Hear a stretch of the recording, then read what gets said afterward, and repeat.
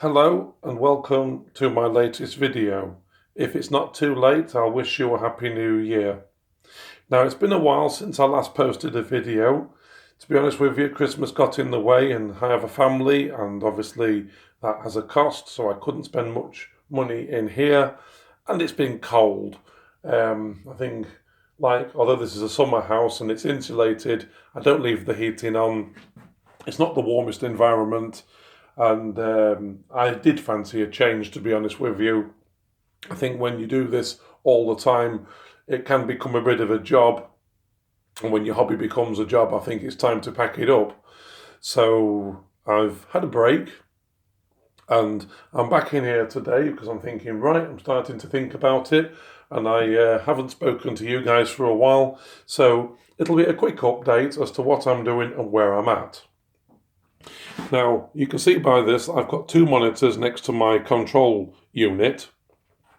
The idea of these monitors is obviously to allow me to look at blind spots on the layout where I cannot see trains, obviously because they're hidden under boards. Now, the section of track you're looking at now is my fiddle yard, if you like, but I'll refer to it as a storage yard because there won't be much fiddling around in here, because when the boards go on top of these battens that you're looking at, you will not be able to see it. So for that reason, I've installed these reversing cameras off lorries and basically a strip of lights. Oh dear me, sorry, I want to yawn. And get that out of the way. So there's a strip of lights and there's a load of numbers corresponding to every line number of the track. Now, obviously, that will show me what engine it is. I might be able to see the front or the back of it and what line it's on. But in addition to that, I've got this rather large mimic panel. The lights to the left and right in the rows there, the ones in the middle are not lights, they're just dots to signify a division. But the lights to the left and the right are, in actual fact, these underneath the boards, which are track sensors from Megapoints. So that will tell me that the line's occupied at a glance, and I can look at the camera to see what it is. Another black spot is obviously these two cameras here are looking behind that scenic board there, so the track disappears behind it, and that will continue all the way around here, looking to a little bit of a storage yard. And that will go round and there'll be two cameras over there and two more cameras down here, and hopefully that'll all show on these monitors and will allow me to see what we can't see. So today I'm going to be adding more sensors to the storage yard, quite a number of them. Well, there's 28 in all. Some are already installed, but I've got a load more to do. So that's that to do. I will be installing the other two cameras, or should I say 4 cameras, but I've only got 2 at the minute, so I want to get the ones under the boards done. These are those boards that will go on top. And then when that's done, so I've just been distracted by someone outside. When that's done, I should hopefully start to be able to lay in some track and making this look more like a railway rather than some magnificent building site. What else can I tell you? I've been busy also with buying some more rolling stock at an auction site in Grimsby. I'm going to give them a plug. They're called Prestige Auctions of Grimsby. He does some marvellous house clearances and he does some collectible auctions as well. Some of the locos that you're seeing here, in fact the one at the back, this is going to be awkward because I've got to move it with my hands. I picked that one up there. This was brand new in its box from a collector. I think I paid about 40 quid for it. And it's DCC and all that lot.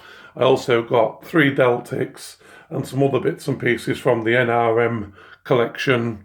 They should have been, well, I mean, they would pay probably £200 each for them up to £200 each, should I say, for some of them on eBay. And I got one of them, the Tulliar, for 70 quid. As you can see, I'm not a collector. I do run the trains, so it's don't be horrified if you're a collector and you think, oh, we shouldn't be using them. I'm afraid I do. In this box here, obviously kept very nice, is my Rapido APT. I'll do a video on that one day. And I've had it weathered. I've had it weathered because when this layout is finished, I don't want it to look like a shiny new toy. I want it to look like a used Loco that's doing a job in the 1980s. That is really it for today.